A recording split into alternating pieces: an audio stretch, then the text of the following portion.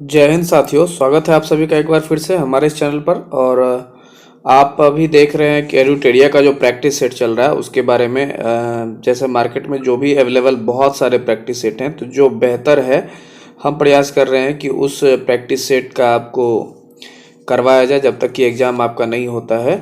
तो हमारा जो एडुटेरिया का है ये डिटेल से दिया हुआ है, तो थोड़ा ये अच्छा क्वालिटी का है। और इससे पहले भी किरण और वो दोनों साथ साथ चल ही रहे हैं, और उसमें आपका मास्टर वीडियो अगर आपने नहीं देखा है तो उसे भी जाके देखिए। तो इसका दो प्रैक्टिस सेट डिटेल वाला हो चुका है। तीसरा प्रैक्टिस सेट आज देखते हैं एडुटेरिया का, जिसमें आज इसका पहला प्रश्न है। देखिए इसमें कि सेनापति निम्न में से किस प्रकार का शब्द है। तो इस प्रश्न का जो सही आंसर है ऑप्शन नंबर बी हो जाएगा, यौगिक है। यौगिक शब्द वे शब्द होते हैं जिनमें रूढ़ शब्द के लिए अतिरिक्त एवं एक शब्दांश, उपसर्ग, प्रत्यय या अन्य रूढ़ शब्द अवश्य होता है। जैसे नमकीन, नमक रूढ़ है और इन प्रत्यय है। सेनापति में जैसे सेना रूढ़ है और पति रूढ़ है। तो अगला प्रश्न देखते हैं कि उषा पंखा किस प्रकार की संज्ञा है। तो इस प्रश्न का जो सही आंसर है आपको वह हो जाएगा ऑप्शन नंबर ए हो जाएगा, व्यक्तिवाचक। किसी भी विशेष व्यक्ति, वस्तु या स्थान का जो नाम का बोध कराने वाली संज्ञा ही व्यक्तिवाचक संज्ञा कहलाती है। जैसे व्यक्ति का नाम राम, मोहन, राधा इत्यादि हैं। अगला प्रश्न देखेंगे कि निरोग में उपसर्ग कौन सा है। तो इस प्रश्न का सही आंसर हो जाएगा ऑप्शन नंबर डी हो जाएगा, नी हो जाएगा। तो उपसर्ग ऐसे होते हैं, ऐसे शब्द होते हैं जिसका किसी शब्द के साथ पूर्व में जुड़कर उनके अर्थ को परिवर्तन कर देते हैं। जैसे कि कोई आदमी रोगी है, जैसे अर्थात रोग है उनके पास में, अगर उसके पहले नी जोड़ दिया तो अर्थात उसे बिल्कुल वो चेंज कर देगा कि उसके पास कोई रोग नहीं है। अगला प्रश्न देखेंगे, तीव्र का विलोम क्या होगा। इसका उल्टा पूछना है। तो इस प्रश्न का सही आंसर है ऑप्शन नंबर ए, मंद हो जाएगा। अगला प्रश्न देखते हैं कि अमृत का पर्यायवाची शब्द नहीं है। तो इस प्रश्न का सही आंसर हो जाएगा ऑप्शन नंबर डी, मीठा हो जाएगा। अगला प्रश्न देखेंगे कि निम्नलिखित में से विकल्पों में से शुद्ध रूप का चुनाव कीजिए। तो इस प्रश्न का सही आंसर है ऑप्शन नंबर डी, दर्पण हो जाएगा। अगला प्रश्न देखेंगे, राम पेड़ से गिर गया। तो रेखांकित शब्द के जो है कारक के भेद के उचित विकल्प को चुनिए। तो इस प्रश्न का जो सही आंसर हो जाएगा आपको ऑप्शन नंबर डी हो जाएगा, अपादान। अगला प्रश्न देखेंगे कि निम्नलिखित इनमें से कौन सा युग्म गलत है। तो इस प्रश्न में सही आंसर हो जाएगा आपको ऑप्शन नंबर सी हो जाएगा, बहन बहने। बहन बहने युग्म जो है गलत है। अगला प्रश्न देखते हैं कि स्वर संधि कितने प्रकार के होते हैं। तो इस प्रश्न का जो सही आंसर है ऑप्शन नंबर डी हो जाएगा, 5 प्रकार के। अगला प्रश्न देखते हैं, जो दूसरों का उपकार माने उसे क्या कहेंगे। तो इस प्रश्न का जो सही आंसर है ऑप्शन नंबर ए, कृतज्ञ हो जाएगा। अगला प्रश्न देखते हैं, इंग्लिश का है कि which one of the following is the correct sentence. तो इस प्रश्न का सही आंसर आपको हो जाएगा ऑप्शन नंबर बी हो जाएगा आपको, he does not know how to write. अगला प्रश्न देखेंगे, the book Merchant of Venice was written by, किसके द्वारा लिखा गया है। तो इस प्रश्न का सही आंसर हो जाएगा ऑप्शन नंबर ए हो जाएगा, विलियम शेक्सपियर। अगला प्रश्न देखते हैं कि Macbeth was a character in, किस में है। तो इस प्रश्न का जो सही आंसर है ऑप्शन नंबर ए हो जाएगा, शेक्सपियर्स ड्रामा। अगला प्रश्न देखते हैं कि व्हाट डज ईजी इंडिकेट। तो ये जो है किसको इंडिकेट करता है। तो इस प्रश्न का जो सही आंसर हो जाएगा आपको वह है option number B, for example के लिए एग्जाम्पल का वो ई डॉट जी का यूज होता है। ओड इज का क्या हो जाएगा यहाँ पे। तो इस प्रश्न का सही आंसर हो जाएगा आपको ऑप्शन नंबर ए हो जाएगा, लिरिक्स पोएम हो जाएगा। अगला प्रश्न देखिए, the antonyms are the word of. तो इस प्रश्न का सही आंसर हो जाएगा आपको ऑप्शन नंबर बी हो जाएगा, ऑपोजिट मीनिंग। अगला प्रश्न देखते हैं कि the verb from the food is, इसका क्या होगा। तो इस प्रश्न का सही आंसर हो जाएगा ऑप्शन नंबर सी, फीड हो जाएगा। अगला प्रश्न देखते हैं, the adjective form of fault is dash होगा। तो इस प्रश्न का सही आंसर हो जाएगा आपको वह है ऑप्शन नंबर ए। अगला प्रश्न देखते हैं कि which one of the one is not correct. तो इस प्रश्न का सही आंसर हो जाएगा आपको ऑप्शन नंबर डी हो जाएगा। अगला प्रश्न देखते हैं कि the phrase in the nut shells means में क्या होगा? तो इस प्रश्न का सही आंसर हो जाएगा आपको ऑप्शन नंबर सी हो जाएगा, इन शॉर्ट। अब देखिए, ये जीके का सवाल है, जीके जीएस का। निम्नलिखित में से किस वनस्पति जगत के पौधे को शैवाल के नाम से जाना जाता है? तो इस प्रश्न का सही आंसर हो जाएगा आपको ऑप्शन नंबर बी हो जाएगा, थैलोफाइटा। जो थैलोफाइटा होते हैं आमतौर पर शैवाल के रूप में जाने जाते हैं। इसमें अधिकांशतः जलीय होते हैं ये, और इन पौधों का जीवन प्राचीन रूप से शामिल है, और उनके पास संवहनी उत्तक नहीं होते हैं जो पानी और खनिजों के परिवहन में मदद करते हैं, इसलिए वे आमतौर पर नम स्थानों में पाए जाते हैं। इनमें लाइकेन, शैवाल, कवक, बैक्टीरिया, स्लाइम, मोल्ड्स और ब्रायोफाइट्स शामिल हैं। और ब्रायोफाइटा जो है आपको वनस्पति जगत का सबसे बड़ा वर्ग है। इसके अंतर्गत वे सभी पौधे आते हैं जिनमें वास्तविक संवहन उत्तक जो होता है वैस्कुलर टिश्यू नहीं होते हैं, जैसे मॉसेस, हार्डनवर्ट इत्यादि होते हैं। चलिए अगला प्रश्न देख लेते हैं। निम्नलिखित में से कौन जो है कोलाइड फोम का एक उदाहरण है? तो इस प्रश्न का सही आंसर हो जाएगा आपको ऑप्शन नंबर सी, स्पंज हो जाएगा। अगला प्रश्न देख लेते हैं कि निम्नलिखित में से कौन सा रोग मच्छर के काटने से नहीं होता है? तो इस प्रश्न का सही आंसर हो जाएगा ऑप्शन नंबर ए हो जाएगा, हेपेटाइटिस। हेपेटाइटिस एक बीमारी है जो यकृत के सूजन के कारण से होती है और इसे नुकसान पहुंचाती है। अगर अनियंत्रित होता है तो यह यकृत की विफलता या यकृत कैंसर के कारण बन सकते हैं, जो घातक सिद्ध होता है। अगला प्रश्न देखते हैं कि खनिज पदार्थ स्रोत का निम्नलिखित में से कौन सा युग्म सही है? तो इस प्रश्न का सही आंसर है ऑप्शन नंबर ए हो जाएगा, विटामिन ए, पपीता। ये आपको विटामिन ए इसमें मिल जाएगा। इसमें ए और बी दोनों हो जाएगा, सॉरी दोनों सही है आपको। लौह पालक भी सही है और ये भी सही है, तो इस प्रकार ये दोनों सही है। अगला प्रश्न देखते हैं कि किसी मोमबत्ती की ज्वाला के पूर्ण दहन के बाद क्षेत्र का रंग कैसा होगा? तो इस होता है, तो इस प्रश्न का सही आंसर हो जाएगा आपको ऑप्शन नंबर सी हो जाएगा, नीला हो जाएगा। मोमबत्ती की ज्वाला को 3 क्षेत्रों में बांटा जाता है और प्रत्येक क्षेत्र में तापमान भिन्न होता है। भीतर जो भीतरी क्षेत्र है सबसे ठंडा भाग है, इसमें दहन नहीं होता है। मध्य क्षेत्र चमकीला व दीप्त क्षेत्र होता है, आंशिक दहन होता है, और बाहरी क्षेत्र हल्का नीला रंग का होता है। अगला प्रश्न देखते हैं कि निम्नलिखित में से कौन सा एक बहिर्जनित बल है? तो इस प्रश्न का सही आंसर आपको हो जाएगा। हालांकि देखिएगा प्रैक्टिस सेट में इसमें जो दिया हुआ है कि आपको ऑप्शन डी लिख के ज्वालामुखी दिया हुआ है, तो यहाँ ऑप्शन सी में ज्वालामुखी है। तो इसका जो है ज्वालामुखी के बारे में दिया कि प्रायः एक गोलाकार छिद्र अथवा खुला हुआ भाग है जिस होकर पृथ्वी के अत्यंत तप्त भू जो गर्भ से जो होता है गैस, तरल, लावा, जल एवं चट्टान के टुकड़ों से जो है युक्त गर्म पदार्थ पृथ्वी के धरातल पर प्रकट होते हैं, जो ज्वालामुखी कहलाते हैं। अगला प्रश्न देखते हैं, निम्नलिखित में से कौन सा पौधे में प्रजनन का अलैंगिक रूप नहीं है? तो इस प्रश्न का सही आंसर हो जाएगा आपको ऑप्शन नंबर सी, परागन हो जाएगा। अगला प्रश्न देखते हैं, चिकनगुनिया किस मच्छर के कारण से होने वाला एक संक्रमण है? तो इस प्रश्न का जो सही आंसर है आपको वह हो जाएगा ऑप्शन नंबर सी हो जाएगा, एडीज हो जाएगा। एडीज वह मच्छर है जो डेंगू बुखार, चिकनगुनिया, जीका बुखार, मायरो और पीले बुखार के वायरस और अन्य रोगों के एजेंटों को फैलाता है।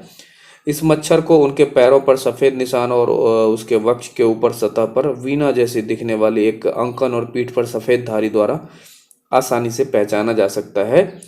और क्यूलेक्स मच्छर के बारे में अगर जानना हो तो क्यूलेक्स मच्छरों का एक वंश है। सभी मच्छरों की तरह इनके भी जीवन चक्र की 4 अवस्थाएं हैं, अंडा, लार्वा, प्यूपा एवं वयस्क।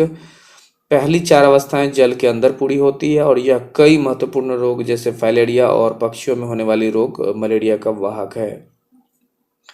अगला प्रश्न देखते हैं कि रिशान अपने वाहन में पश्च दृश्य दर्पण का प्रयोग करना चाहता है, इसके लिए उसे किस प्रकार का दर्पण चुनना चाहिए? अर्थात इसमें थोड़ा सा क्वेश्चन को मूव करके पूछा गया है कि अगर आपको अपने वाहन में अगर पीछे का कोई वस्तु देखना हो तो उसके लिए कौन सा दर्पण आप यूज करेंगे? तो इस प्रश्न का सही आंसर हो जाएगा ऑप्शन नंबर डी हो जाएगा, उत्तल दर्पण का। तो प्रश्न थोड़ा सा आजकल इसी प्रकार से घुमा के पूछे जाते हैं जिससे इसमें दिया गया है, क्वेश्चन का आंसर वही होगा। तो उत्तल दर्पण क्या होता है कि इसमें आपको जो वस्तु है वास्तविक रूप से छोटी दिखाई उसमें देती है और इसका जो है परावर्तक सतह बाहर की ओर उभरा रहता है। और दर्पण के बारे में जैसे अवतल दर्पण है वह गोलीय दर्पण जैसा होता है जिसमें प्रकाश का परावर्तन अवतल सतह अर्थात वक्र सतह पर होता है और इसका जो ध्रुव है वो अवतल दर्पण के परावर्तक सतह का केंद्र होता है जिसे दर्पण का शीर्ष भी कहते हैं। अगला प्रश्न देखेंगे, निम्नलिखित में से कौन सा एक जीवाणु जनित रोग है? तो इस प्रश्न का सही आंसर हो जाएगा ऑप्शन नंबर ए हो जाएगा, कुष्ठ हो जाएगा।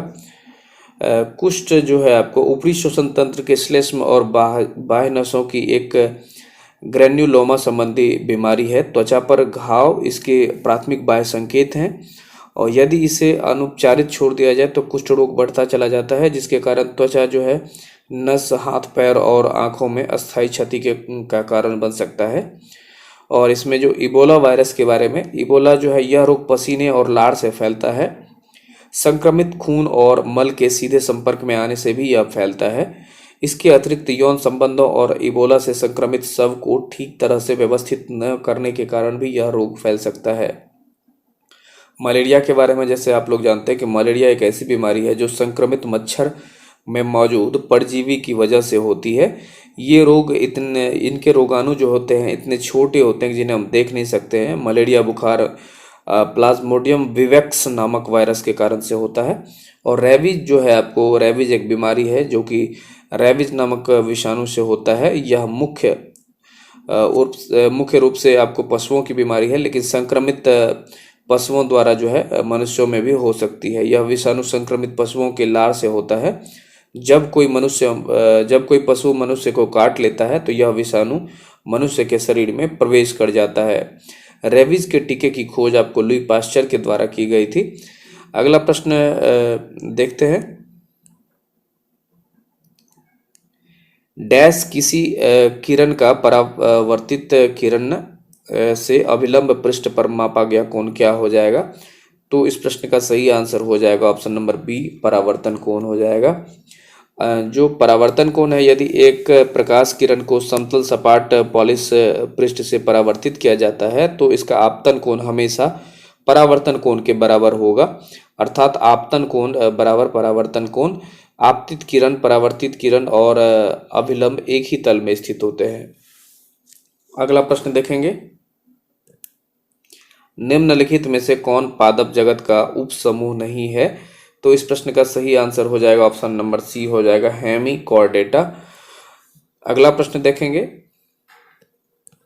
अनंत की मां ने उसे रात में पैरों के नीचे सोने की सलाह नहीं दी क्योंकि पैर रात में डैश छोड़ते हैं। तो इस प्रश्न का सही आंसर हो जाएगा option number D, carbon dioxide.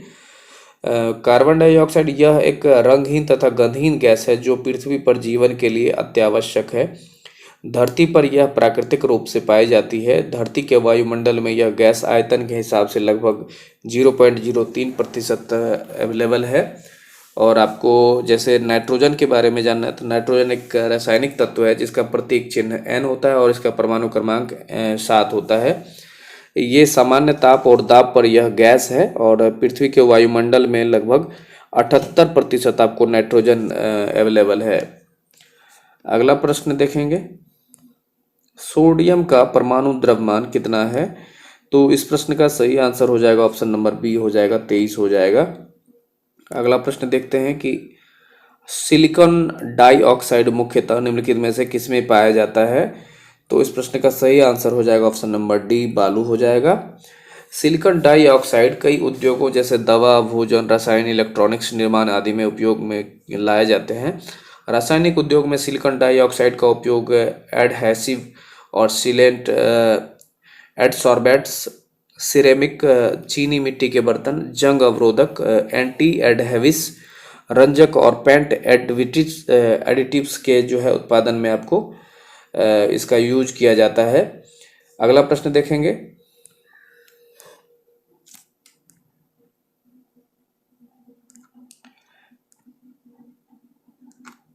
एक मिनट,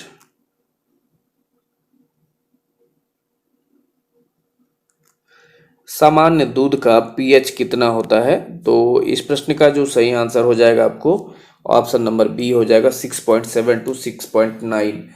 तो पीएच मान जो है हमारा सभी लगभग सभी चीज़ों का अलग अलग होता है। जैसे कि हमारे ब्लड का आपको 7.4 है, समुद्री जल का 8.4 है, और आपको नींबू, सिरका, शराब, इन सब का आप डिटेल में याद करेंगे। इसका एक छोटा सा डायग्राम आपको लूसेंट में मिल जाएगा। अगला प्रश्न देखते हैं कि निम्नलिखित में से किस प्रक्रिया द्वारा हम दो मिश्रणीय ध्रुवों को अलग कर सकते हैं, द्रवों को अलग कर सकते हैं, सॉरी। तो इसमें जो है इस प्रश्न का जो सही आंसर है ऑप्शन नंबर बी, आसवन हो जाएगा। इसमें आसवन में क्या होता है कि किसी मिश्रित द्रव के अवयवों को उनके वाष्पन सक्रियताओं के अंतर के आधार पर उन्हें अलग करने की विधि है ये। और इनका जो है पृथक्करण की ये भौतिक विधि है, यह न कि रासायनिक परिवर्तन और रासायनिक अभिक्रिया है ये। अगर आपको ऊर्ध्वपातन के बारे में पूछा जाए तो ऊर्ध्वपातन एक भौतिक रासायनिक अभिक्रिया है जिसमें कोई पदार्थ अपनी ठोस अवस्था से सीधे गैस में परिवर्तित हो जाता है। इस प्रक्रिया के दौरान पदार्थ की जो है अवस्था किसी मध्यवर्ती द्रव अवस्था में परिवर्तित नहीं होती है। जैसे कपूर और आयोडीन का जो है ठोस अवस्था सीधे वाष्प में परिवर्तित हो जाता है। ये एक ऊर्ध्वपातन का उदाहरण है। और अगर आपको क्रिस्टलीकरण के बारे में पूछा जाए तो ये किसी विलयन या गलित धातु में प्राकृतिक या कृत्रिम विधि से ठोस क्रिस्टल बनाने की प्रक्रिया क्रिस्टलीकरण कहलाता है, या अर्थात इसे क्रिस्टलाइजेशन भी कहते हैं। अगर किसी गैस में से सीधे क्रिस्टल जमा कर लिया जाता है या निकाल लिया जाता है तो यह भी क्रिस्टलीकरण के अंतर्गत ही आता है। अगला प्रश्न देखते हैं कि भारतीय संविधान के निम्नलिखित अनुच्छेदों में से कौन सा राष्ट्रपति के क्षमादान के अधिकार से संबंधित है। तो इस प्रश्न का जो सही आंसर हो जाएगा आपको वह है ऑप्शन नंबर सी, अनुच्छेद 72। अगला प्रश्न देखेंगे।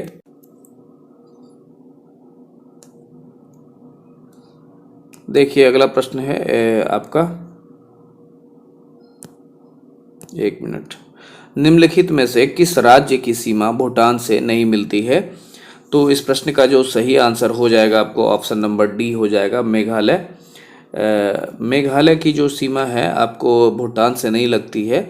भूटान से जो लगने वाले राज्य हैं सिक्किम है, पश्चिम बंगाल है, अरुणाचल प्रदेश और असम है।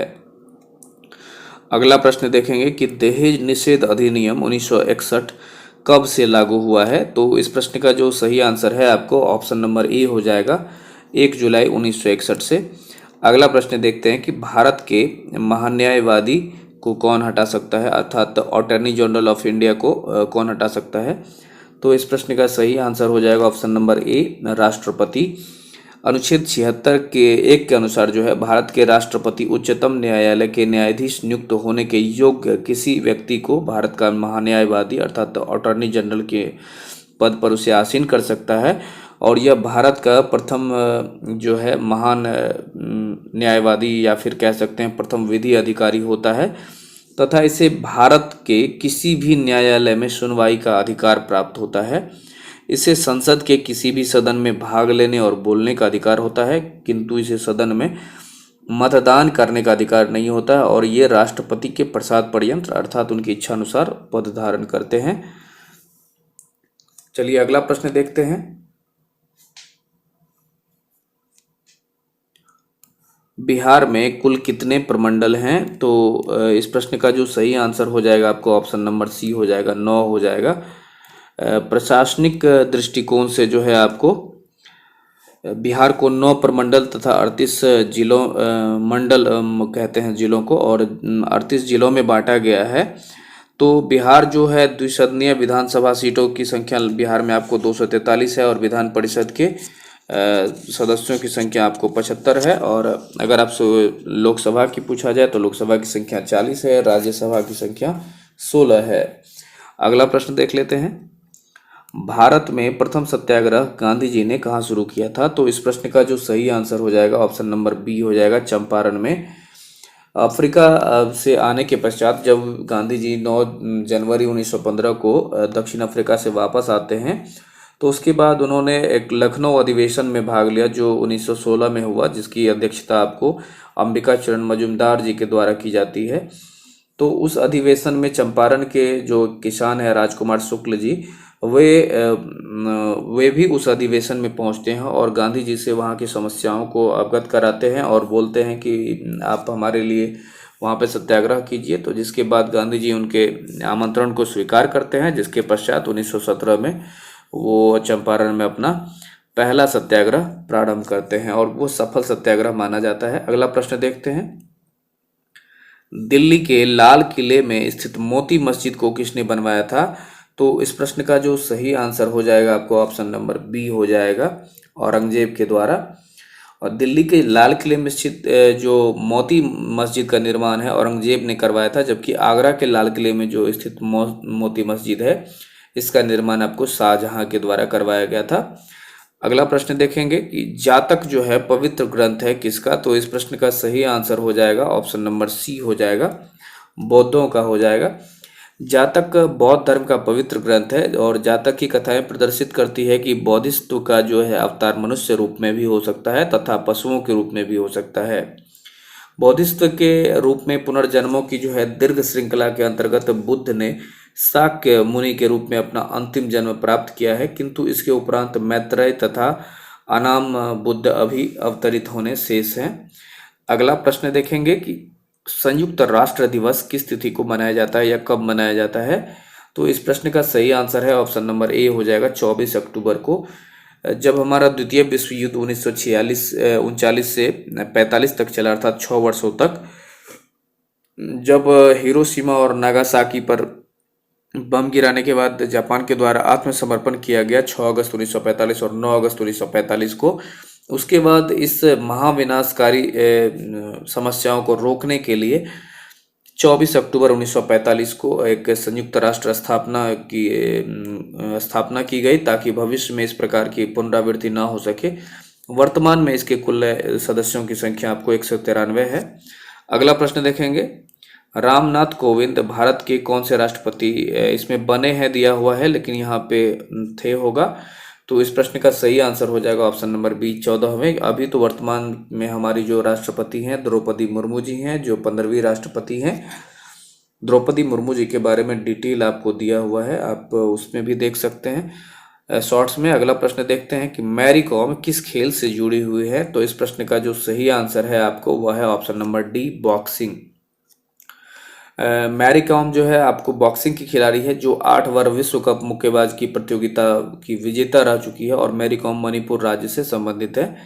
अगला प्रश्न देखते हैं कि जनजाति समूह मुंडा कहाँ रहते हैं? तो इस प्रश्न का जो सही आंसर है आपको ऑप्शन नंबर सी, झारखंड हो जाएगा। मुंडा जनजाति मुख्यतः झारखंड, पश्चिम बंगाल, छत्तीसगढ़, त्रिपुरा और उड़ीसा में निवास करती है। यह जनजाति सरहुल त्योहार, जिसे हम फूलों का त्योहार भी कहते हैं, टोडा जनजाति जो नीलगिरी पर्वत पर निवास करती है, टोडा तथा जनसौरी जनजाति बहुपति विवाह की प्रथा को मानती है। अगला प्रश्न देखते हैं कि पानीपत का तृतीय युद्ध किसके बीच लड़ा गया था? तो इस प्रश्न का सही आंसर हो जाएगा ऑप्शन नंबर डी, अफगान एवं मराठा के बीच में। पानीपत का जो प्रथम युद्ध हुआ था वह आपको बाबर एवं इब्राहिम लोदी के बीच में 1526 ईस्वी में होता है। 1526 ईस्वी में जब वह युद्ध होता है, इसके पश्चात हमारे भारत में मुगल वंश की स्थापना होती है और इब्राहिम लोदी उसी युद्ध में मारे जाते हैं, युद्ध स्थल में ही। उसके बाद जो पानीपत का द्वितीय युद्ध होता है वो आपको 1556 में अकबर एवं हेमू के बीच होती है। तो मुख्य रूप से यह अकबर उस समय में संरक्षक बैरम खां थे, उनके और हेमू के बीच में होती है। तो और ये तीसरा युद्ध जो है आपको, इसमें पानीपत का तीसरा युद्ध अफगान एवं मराठा के बीच में होता है, जिसमें पानीपत का तृतीय युद्ध 1761 ईस्वी में सदाशिव राव भाव के नेतृत्व में मराठा सेना और अहमद शाह अब्दाली के नेतृत्व में अफगान सेना के मध्य होता है और इस युद्ध में आपको मराठी सेना की हार हो जाती है। अगला प्रश्न देखेंगे कि भारतीय संविधान के अनुसार मानव का दुर्व्यापार और बलात्श्रम निषेध है, यह किस अनुच्छेद में वर्णित है? तो इस प्रश्न का सही आंसर ऑप्शन नंबर ए हो जाएगा, अनुच्छेद 23 हो जाएगा। कि भारतीय संविधान के अनुच्छेद 23 में मानव का दुर्व्यापार और बलात्श्रम निषेध किया गया है, जबकि अनुच्छेद 24 के तहत जो है कारखानों में बालकों के नियोजन का प्रतिषेध किया गया, अर्थात मनाही की गई है। अगला प्रश्न देखेंगे कि हरिप्रसाद चौरसिया किसके प्रसिद्ध वादक हैं? तो इस प्रश्न का जो सही आंसर हो जाएगा ऑप्शन नंबर सी, बांसुरी हो जाएगा। इसमें आपको हरि प्रसाद चौरसिया जी बांसुरी से संबंधित है, जाकिर हुसैन अल्लाह रखा खां तबला से संबंधित है, और बहुत जो फेमस हैं आपको अमजद अली खां आपको सरोद से हैं। उसके बाद बिस्मिल्लाह खां आपको शहनाई से संबंधित हैं, और भी बहुत सारे वाद्य यंत्र के वादक हैं। अगला प्रश्न देखते हैं कि भारत के सर्वोच्च न्यायालय के न्यायाधीश की सेवानिवृत्ति आयु क्या है। तो इस प्रश्न का जो सही आंसर हो जाएगा आपको वह है ऑप्शन नंबर बी, 65 वर्ष हो जाएगा। भारत के जो सर्वोच्च न्यायालय के न्यायाधीश की सेवानिवृत्ति आयु है 65 वर्ष है। इससे पहले या तो वे त्यागपत्र देकर छोड़ सकते हैं, या राष्ट्रपति द्वारा संसद के प्रस्ताव पर जो है पद से अलग किया जा सकता है। अगला प्रश्न देखेंगे, हमारा राष्ट्रीय प्रतीक अशोक चक्र में कितने आरे हैं। तो इस प्रश्न का जो सही आंसर है ऑप्शन नंबर डी हो जाएगा, 24 हो जाएगा। हमारे जो राष्ट्रीय ध्वज में 24 तिलियां हैं, और हमारे जो राष्ट्रीय ध्वज की जो लंबाई एवं चौड़ाई का अनुपात 3:2 है। सफ़ेद पट्टी के बीच में नीले रंग का चक्र है जो सारनाथ से लिया गया है, और ऊपरी भाग केसरिया रंग में है, और जो नीचे का रंग है वो गहरे हरे रंग की पट्टी होती है। अगला प्रश्न देखेंगे, हाटक निम्न में से किस महाजनपद की राजधानी थी। तो इस प्रश्न का सही आंसर हो जाएगा आपको ऑप्शन नंबर बी, कंबोज हो जाएगा। अगला प्रश्न देखेंगे, संविधान के किस अनुच्छेद के अनुसार राष्ट्रपति किसी मामले में सर्वोच्च न्यायालय की सलाह ले सकते हैं। तो इस प्रश्न का सही आंसर हो जाएगा ऑप्शन नंबर बी हो जाएगा, 143। अनुच्छेद 143 के अनुसार सर्वोच्च न्यायालय के जो है मुख्य न्यायाधीश से राष्ट्रपति किसी भी मामले में सलाह ले सकते हैं। हालांकि वो सलाह ले सकते हैं किसी मामले के लिए, लेकिन वो मानने के लिए बाध्य नहीं होते हैं, चाहे तो वो माने या फिर ना माने। अगला प्रश्न देखते हैं कि वन रिपोर्ट 2019 के अनुसार देश में सर्वाधिक वन क्षेत्र किस राज्य में है। तो इस प्रश्न का सही आंसर हो जाएगा ऑप्शन नंबर सी हो जाएगा आपको, मध्य प्रदेश। इसमें आपको वन रिपोर्ट 2019 के अनुसार से देश में सर्वाधिक वन क्षेत्र मध्य प्रदेश में है, और क्षेत्रफल के अनुसार से सर्वाधिक वन वाले राज्य है मध्य प्रदेश 1 नंबर पे, दूसरा अरुणाचल प्रदेश और तीसरा छत्तीसगढ़ है। अगला प्रश्न देखेंगे, संयुक्त राष्ट्र शरणार्थी उच्चायोग UNHCR का मुख्यालय कहाँ स्थित है। तो इस प्रश्न का सही आंसर हो जाएगा ऑप्शन नंबर बी, जेनेवा हो जाएगा। जो संयुक्त राष्ट्र शरणार्थी उच्चायोग का जो मुख्यालय है जेनेवा में है, और इसकी स्थापना आपको 1950 में किया गया था। अगला प्रश्न देखते हैं, अकबर ने अपनी राजधानी को आगरा से फतेहपुर सीकरी किस वर्ष स्थानांतरित किया था। तो इस प्रश्न का सही आंसर है ऑप्शन नंबर सी, 1571 ईस्वी में। अकबर के द्वारा अपनी राजधानी को 1571 ईस्वी में आगरा जो ट्रांसफर करके फतेहपुर सीकरी लाया गया था। अकबर द्वारा जो और भी कुछ इम्पोर्टेंट काम है, जैसे कि दास प्रथा का उन्मूलन उनके द्वारा 1562 ईस्वी में किया गया था। तीर्थ यात्रा कर की समाप्ति उनके द्वारा 1563 में की गई थी। जजिया कर की समाप्ति अकबर के द्वारा जो है आपको 1564 ईस्वी में की गई थी, और अकबर के द्वारा जो है मजहर की जो घोषणा है आपको वो 1579 ईस्वी में की गई थी। और भी इम्पोर्टेंट है, जैसे कि अकबर के द्वारा जो है एक बहुत ही दीन इलाही धर्म की आपको 1582 में स्थापना और शुरुआत की गई, और 1583 में उसे इलाही संबत के रूप में जाना जाता है। अगला प्रश्न देखेंगे, लोकसभा में गणपूर्ति कोरम के संबंध में कौन सा कथन सही है। तो इस प्रश्न का जो सही आंसर हो जाएगा आपको वह है ऑप्शन नंबर ए हो जाएगा, स्पीकर सहित कुल सदस्यों की संख्या का 1/10 भाग होना चाहिए। ये आपको लोकसभा का गणपूर्ति कोरम होता है। अगला प्रश्न देखेंगे, लोक लेखा समिति के अध्यक्ष की नियुक्ति कौन करता है। तो इस प्रश्न का जो सही आंसर है ऑप्शन नंबर सी हो जाएगा, लोकसभा स्पीकर के द्वारा की जाती है। अगला प्रश्न देखेंगे, किस ओजोन परत संरक्षण दिवस किस तिथि को मनाया जाता है।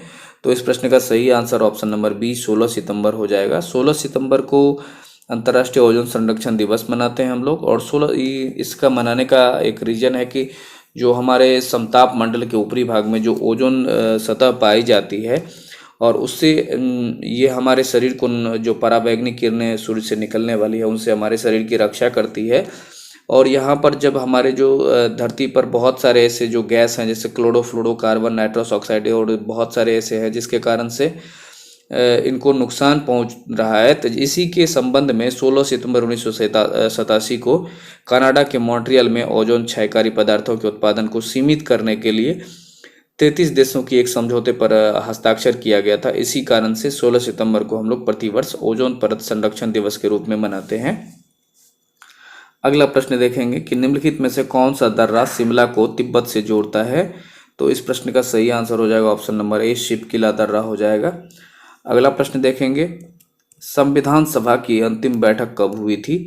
तो इस प्रश्न का जो सही आंसर हो जाएगा ऑप्शन नंबर बी हो जाएगा, 24 जनवरी 1950।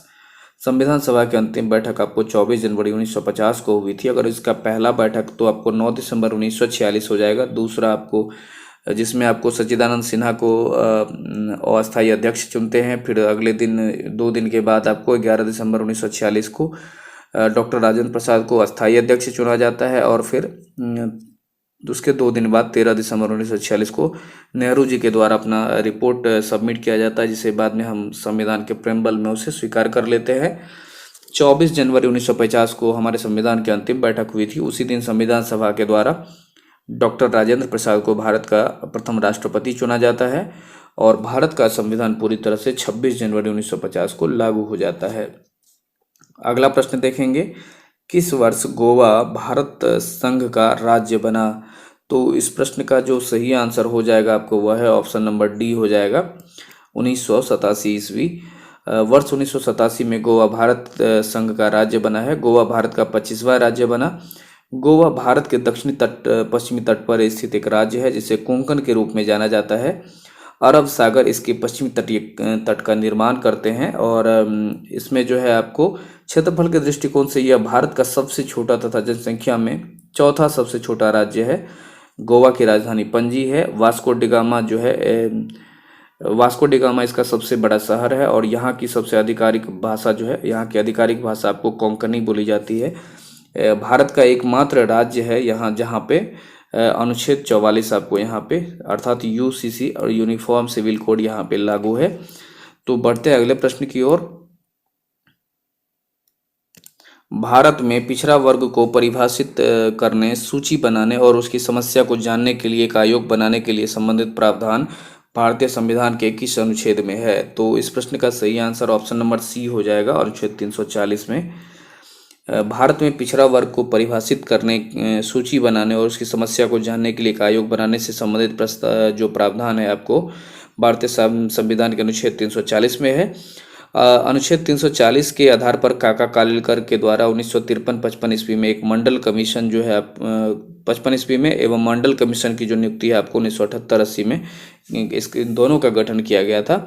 नागरिकों को जो पिछड़े वर्ग के पद की परिभाषा संविधान में नहीं दी गई है, लेकिन अनुच्छेद 16(4) में जो है सामाजिक पिछड़ेपन पर बल दिया गया है।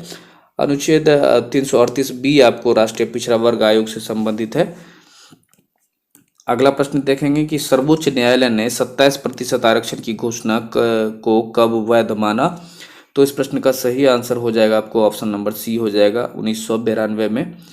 और सर्वोच्च न्यायालय में 27% आरक्षण की घोषणा वर्ष 1992 में वैध माना गया, और इसका संबंध है इंदिरा साहनी बनाम भारत संघ से। इसका सर्वोच्च न्यायालय के अनुसार 50% से अधिक का आरक्षण नहीं दिया जा सकता है। वर्तमान में आपको ओबीसी को 27%, एससी को 15% और एसटी को 7.5% आरक्षण दिया जाता है। वर्ष 2019 को लोकसभा में संविधान संशोधन बिल लाकर सवर्णों के लिए 10% आरक्षण की व्यवस्था की गई है। यह आरक्षण आर्थिक आधार पर दिया जा रहा है, और 16 नवंबर 1992 को सुप्रीम कोर्ट की 9 न्यायाधीशों की जो संवैधानिक पीठ के द्वारा जो है 27% ओबीसी आरक्षण को लागू किया गया है। अगला प्रश्न देखेंगे कि निम्नलिखित में से किसने ब्रिटिश युग के केंद्रीय लेजिस्लेटिव असेंबली तथा स्वतंत्र भारत की संसद में अध्यक्ष का पद संभाला। तो इस प्रश्न का सही आंसर आपको हो जाएगा ऑप्शन नंबर बी हो जाएगा, अर्थात भारत के पहले जो है लोकसभा अध्यक्ष के बारे में बात की जा रही है, तो ये जीवी मावलंकर हो जाएंगे। अगला प्रश्न देखेंगे,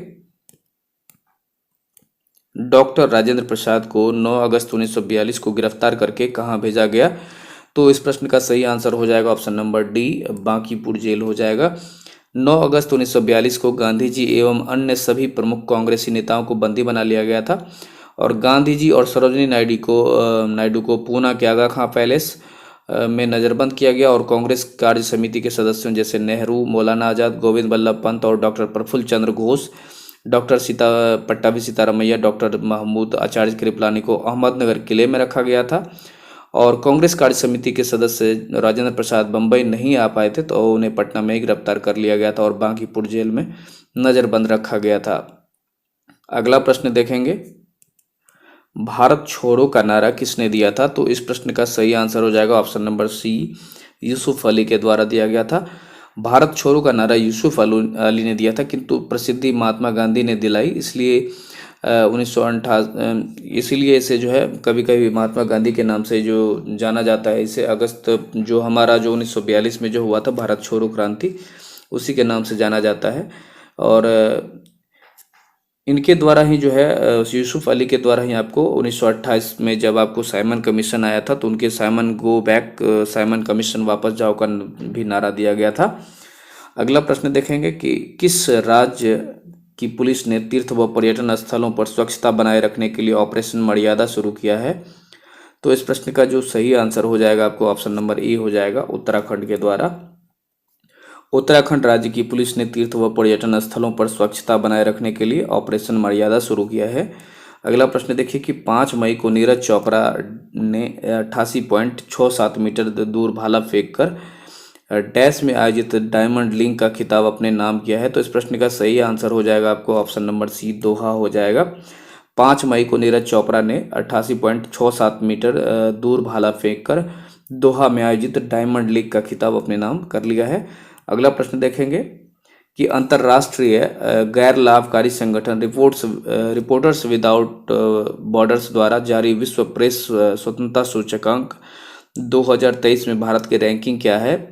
तो इसमें जो है आपको एक ये भी पूछा जाता है कि विश्व स्वतंत्रता जो प्रेस स्वतंत्रता सूचकांक है आपको वर्ल्ड प्रेस फ्रीडम इंडेक्स, तो ये किसके द्वारा जारी किया जाता है? तो इसका ये आंसर आपको हो जाएगा रिपोर्टर्स विदाउट बॉर्डर्स। तो अगर ये पूछा जा रहा है कि हमारा जो है भारत में या फिर विश्व में पूछा जाए कि विश्व प्रेस स्वतंत्रता सूचकांक में हमारा भारत का स्थान क्या है, तो इसके बारे में पूछा जा रहा है। तो इस प्रश्न का जो सही आंसर हो जाएगा आपको ऑप्शन नंबर डी हो जाएगा, 161वीं, क्योंकि ये गिरते जा रहा है। जो ये है आपको अंतर्राष्ट्रीय गैर लाभकारी संगठन है ये, और ये विश्व प्रेस स्वतंत्रता सूचकांक जारी करती है, जिसमें भारत का रैंकिंग अभी 161वीं है। अगला प्रश्न देखते हैं कि रूस के इयान नेपोमिंतियाची को हराकर डिंग लेरेन किस देश के प्रथम पुरुष विश्व शतरंज चैंपियन बन गए हैं? तो इस प्रश्न का जो सही आंसर है आपको ऑप्शन नंबर डी हो जाएगा, चीन हो जाएगा। रूस के इयान नेपोमिंतियाची को हराकर डिंग लोरेन जो है चीन के प्रथम विश्व पुरुष जो है विश्व शतरंज चैंपियन बन गए हैं। अगला प्रश्न देख लेते हैं कि प्रथम ASEAN India maritime exercise AIME 2023 का आयोजन जो है किस देश के द्वारा किया गया है? तो इस प्रश्न का जो सही आंसर हो जाएगा ऑप्शन नंबर डी, सिंगापुर हो जाएगा। अगला प्रश्न देख लेते हैं कि भारत ने चक्रवात मोचा से प्रभावित किस देश के लोगों को मानवीय सहायता प्रदान करने के लिए ऑपरेशन करुणा शुरू किया है? तो इस प्रश्न का सही आंसर हो जाएगा ऑप्शन नंबर बी, म्यांमार हो जाएगा। भारत के द्वारा जो है चक्रवात मोचा से प्रभावित लोगों के लिए मानवीय सहायता का ये ऑपरेशन करुणा शुरू किया गया है। अगला प्रश्न देखेंगे कि हाल ही में किस राज्य के मिर्चा चावल को GI टैग प्रदान किया गया है? तो इस प्रश्न का सही आंसर ऑप्शन नंबर सी हो जाएगा, बिहार ही हो जाएगा। अगला प्रश्न देखेंगे कि हाल ही में नियुक्ति में कौन सा सुमेलित है हुए नियुक्ति के संबंध में? तो इस प्रश्न का जो सही आंसर हो जाएगा ऑप्शन नंबर डी, ये सभी सही हैं। अनंत माहेश्वरी नेस्कॉम के अध्यक्ष, मोहम्मद शहाबुद्दीन आपको बांग्लादेश के राष्ट्रपति, सैंटियागो पेना पराग्वे के राष्ट्रपति, ये सभी सही हैं। अगला प्रश्न देखेंगे कि हाल ही में 13वें भारत रत्न डॉक्टर अंबेडकर पुरस्कार 2023 से किसे सम्मानित किया गया है? तो इस प्रश्न का सही आंसर हो जाएगा option number B, Yogi Adityanath. Yogi Adityanath आपको उत्तर प्रदेश के मुख्यमंत्री हैं और उन्हें 13वें भारत रत्न डॉक्टर भीमराव अंबेडकर पुरस्कार से सम्मानित किया गया है। अगला प्रश्न देखते हैं, देश का पहला राज्य डैश बन गया जहां पर पैदल चलने वालों के लिए चलने का अधिकार अर्थात राइट टू वॉक का अधिकार होगा? तो इस प्रश्न का सही आंसर हो जाएगा ऑप्शन नंबर ए, पंजाब हो जाएगा। पंजाब देश का पहला राज्य बन गया है जहां पर पैदल चलने वालों के लिए चलने का अधिकार अर्थात राइट टू वॉक का अधिकार दिया गया है। अगला प्रश्न देखते हैं कि हाल ही में किसने हेवन 1 नामक दुनिया के पहले वाणिज्यिक अंतरिक्ष स्टेशन को अगस्त 2025 तक लॉन्च करने की घोषणा की है। तो इस प्रश्न का सही आंसर हो जाएगा ऑप्शन नंबर बी हो जाएगा, स्पेस एक्स के द्वारा। स्पेस एक्स के द्वारा हेवन 1 नामक दुनिया के पहले वाणिज्यिक अंतरिक्ष स्टेशन की अगस्त 2025 तक लॉन्च करने की घोषणा की है। अगला प्रश्न देखेंगे, हाल ही में प्रमोद भगत ने थाईलैंड पैरा बैडमिंटन अंतर्राष्ट्रीय टूर्नामेंट में कौन सा पदक जीता है। तो इस प्रश्न का जो सही आंसर हो जाएगा ऑप्शन नंबर ए हो जाएगा, स्वर्ण पदक जीता गया है। प्रमोद भगत के द्वारा जो थाईलैंड में पैरा बैडमिंटन अंतर्राष्ट्रीय टूर्नामेंट में स्वर्ण पदक जीतकर इन्होंने फिर से एक इतिहास रचा है। अगला प्रश्न ये देखिए, मैथ का सवाल है, ये मैथ और रीजनिंग का सवाल है और शायद ये संभवतः इसके बाद अब हाँ ये इस प्रकार इस प्रैक्टिस सेट की भी आज यहाँ पर समाप्ति हो रही है अभी। और अगर आप और प्रैक्टिस सेट नहीं देखे हैं तो उन्हें भी जाके देखिए, और जो हमारे दूसरे पब्लिकेशन के जो आपको इसमें प्रैक्टिस सेट प्रोवाइड कराए गए हैं, मास्टर वीडियो प्रोवाइड कराए गए हैं, तो आप उन्हें भी जाके देख सकते हैं, क्योंकि आप जो भी वीडियो देखेंगे सारे प्रैक्टिस सेट बहुत ही इंपॉर्टेंट रहे हैं और सारे प्रैक्टिस सेट आपको इतने इंपॉर्टेंट है कि वो परीक्षा के दृष्टिकोण से बहुत ही वेरी वेरी इंपॉर्टेंट है। तो आप चाहें तो उन सबको एक बार देख के और रिवीजन के लिए उनका जो है आपको मास्टर वीडियो दिया गया है, मास्टर वीडियो भी आप ज़रूर देखें। और बहुत ही कम समय परीक्षा में रह गया है, तो आप जी जान से तैयारी करें। मिलेंगे हम आपसे फिर से एक नई वीडियो में, तब तक के लिए जय हिंद।